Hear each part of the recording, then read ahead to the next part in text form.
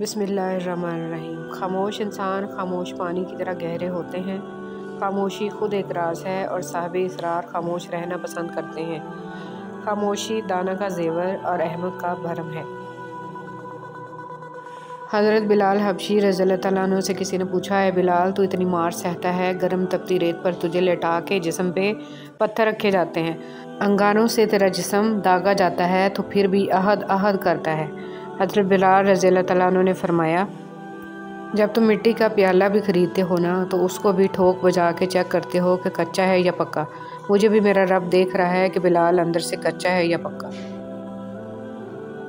تم ہر شخص کو خوش نہیں کر سکتے، چاہے اس کے لیے کتنا ہی اپنا سکون برباد کیوں نہ کر لو، پھر بھی وہ شخص تمہاری مخلصی میں کوئی نہ کوئی نقص نکال ہی لے گا۔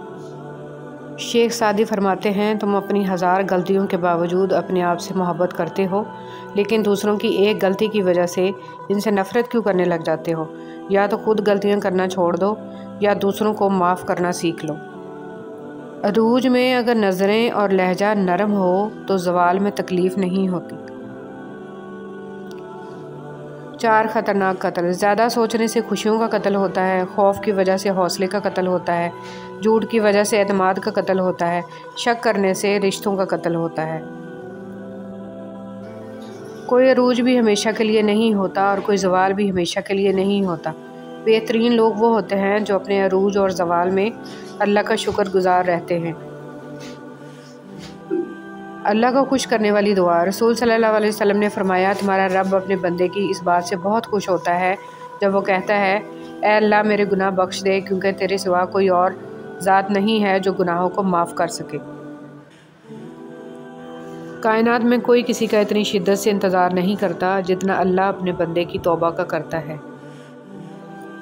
اللہ کو راضی کرنا۔ جو لوگ چھوڑ جائیں انہیں آپ بھی چھوڑ دیں، جو توڑ جائیں انہیں معاف کر دیں، جو الفاظ نہ سمجھ سکے ان کے سامنے خاموشی اختیار کر لیں، جو جہاں ہے اسے وہیں رہنے دیں۔ بس یہ یاد رکھیں کہ ہر کسی کو راضی کرنا آپ کے بس میں نہیں ہے اور نہ ہی ضروری ہے، بس اللہ پاک راضی رہے یہی کافی ہے۔ جب نماز پڑھنے کے لیے دل نہ کرے تو صرف حاضری لگانے ہی چلے جایا کرو، اسے بتایا کرو کہ دل نہیں ہے، جسم تھکا ہوا ہے، لیکن تیری محبت میں آئے ہیں اے اللہ۔ تہجد کی کہانی۔ اگر تہجد میں سورہ یاسین پڑھ کے دعا مانگی جائے تو دعا بھی انشاءاللہ قبول ہوگی، کیونکہ ایسے 3 دل ملتے ہیں، رات کا دل، قرآن کا دل اور انسان کا دل، اور 3 دلوں کا ملنا قبولیت کا سبب بنتا ہے انشاءاللہ۔ چھوٹی چھوٹی نیکیاں بڑے بڑے گناہوں کو کھا جاتی ہیں۔ کسی کے بارے میں اچھا سوچنا بھی ایک نیکی ہے۔ اگر میرے قلم سے نکلی ہوئی ایک سطر نے یا میری زبان سے نکلے ہوئے ایک لفظ نے میرے دوست یا دشمن کے دل کو کسی طرح کی تسکین بخشی ہے تو میرے لیے یہ دنیا بھر کی تمام نعمتوں سے افضل ترین نیکی ہوگی۔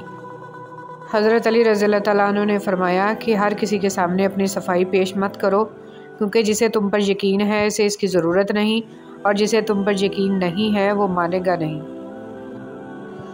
رشتے جب ٹوٹنے پہ آ جائیں تو اچھائیاں اچانک غائب اور برائیاں ایک ایک کر کے سامنے آنا شروع ہو جاتی ہیں۔ مولانا رومی رحمۃ اللہ علیہ فرماتے ہیں کہ دشمنوں سے زیادہ ہمارے لیے خطرناک ہمارے وہ دوست ہیں جو منافقانہ انداز میں ہمارے جذبات سے کھیلتے ہیں۔ اللہ کی محبت جب تک انسان ٹوٹتا نہیں ہے اس میں عاجزی نہیں آتی ہے۔ دل میں نور تبھی آتا ہے جب وہ ٹوٹتا ہے، جب انسان ٹھکرایا جاتا ہے، تبھی وہ اپنے رب کی طرف متوجہ ہوتا ہے، اور بہت خوش نصیب ہوتے ہیں وہ لوگ جو ٹوٹ کر اپنے رب سے جڑ جاتے ہیں اور ان کے دلوں کو میرا اللہ پاک اپنی محبت عطا کر دیتا ہے، پھر وہ دنیا سے بے نیاز ہو جاتا ہے۔ حضرت علی رضی اللہ تعالیٰ عنہ نے فرمایا، جب کوئی تمہیں ادھورا چھوڑ جاتا ہے تو اللہ تعالیٰ آپ کو مکمل کرنے کے لیے پہلے سے بہترین بھیج دیتا ہے۔ کبھی جو زندگی سے تھک جاؤ تو یاد رکھو کسی کو کانوں کان خبر نہ ہونے دینا، اپنے رب کے حضور سب بیان کرو، ٹوٹے دل اور آنسوؤں کی قدر صرف اللہ تعالیٰ کے ہاں ہے، باقی تو سب تماشائی ہیں۔ کبھی کبھی بے حس ہونا پڑتا ہے، اور اگر بے حس نہ ہوں تو لوگ دل پر پاؤں رکھ کر چلے جاتے ہیں، انہیں خدا یاد رہتا ہے اور نہ اپنا انسان ہونا۔ یا اللہ پناہ دے ایسی نیند سے جس سے فجر کی نماز قضا ہو، ایسی مصروفیت سے جس سے ظہر کی نماز قضا ہو، ایسی سستی سے جس سے عصر کی نماز قضا ہو، ایسی محفل سے جس سے مغرب کی نماز قضا ہو، اور ایسی تھکاوٹ سے جس سے عشاء کی نماز قضا ہو۔ حضرت علی رضی اللہ تعالیٰ عنہ نے فرمایا، اگر کوئی دوستی کے اہل نہ ملے تو بھی کسی نااہل سے دوستی مت کرنا۔ 9 باتیں جن سے اللہ پاک سخت ناراض ہوتے ہیں: اولاد اور خاص کر بیٹی کو گالی دینا، دل میں بغض رکھنا، مہمان کو دیکھ کر منہ بنانا، اذان کے وقت کام میں مصروف رہنا، ماں باپ کی عقل کو کوسنا، نماز کے بعد دعا نہ مانگنا، دسترخوان پہ باتیں کرنا اور کھڑے ہو کر پانی پینا، اور وضو کی حالت میں کفر کے الفاظ ادا کرنا۔ آپ صلی اللہ علیہ وسلم نے فرمایا، اللہ تعالیٰ ہر اس بندے کی توبہ قبول کرتا ہے جو اس سے توبہ کرتا ہے۔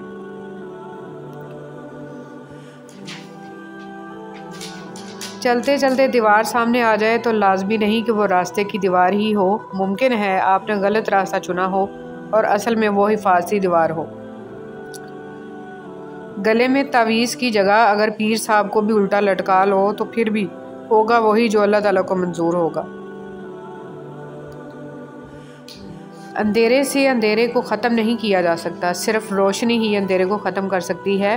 ٹھیک اسی طرح نفرت سے نفرت کو ختم نہیں کیا جا سکتا، صرف پیار ہی نفرت کو ختم کر سکتا ہے۔ جب آپ کسی سے ہاتھ ملاتے ہیں تو اگر وہ شخص آپ کا ہاتھ فوراً نہیں چھوڑتا تو یہ یقین کر لیں کہ آپ بہت پر اعتماد شخص سے مل رہے ہیں۔ دشمن بنانے کے لیے ضروری نہیں ہے کہ آپ کسی سے لڑائی کریں، بس حق اور سچ بولیں، بے شمار دشمن آپ کو اپنے خاندان میں ہی مل جائیں گے۔ اچھی صورت دل کو متاثر کرتی ہے، لیکن اچھی سیرت دل جیت لیتی ہے۔ جب آپ وصیت نامہ لکھنے میں بیٹھو گے تو آپ کو پتہ چلے گا کہ وہ شخص جس کا مال میں کوئی حصہ نہیں، وہ آپ خود ہیں۔ اس لیے جتنا ہو سکتا ہے اپنی زندگی میں آخرت کے لیے ذخیرہ کر لو۔ تہجد کے سجدوں میں بہایا گیا ایک آنسو ساری زندگی بدل دیتا ہے، اور سچے دل سے مانگی گئی ایک دعا نصیب بدل دیتی ہے، اس لیے تہجد پڑھا کریں۔ جو لوگ کہتے ہیں کہ آج کل نیکی کا زمانہ نہیں رہا، دراصل وہ لوگ انسان سے نیکی کا بدلہ چاہتے ہیں، اور جو لوگ صرف اللہ رب العزت کی رضا کے لیے نیکی کرتے ہیں، ان کے لیے ہر زمانہ نیکی کا ہے۔ تعلقات ٹوٹنے کی ایک وجہ یہ بھی ہے کہ ہم ایک دوسرے کو سمجھتے کم اور انہیں پرکھتے زیادہ ہیں۔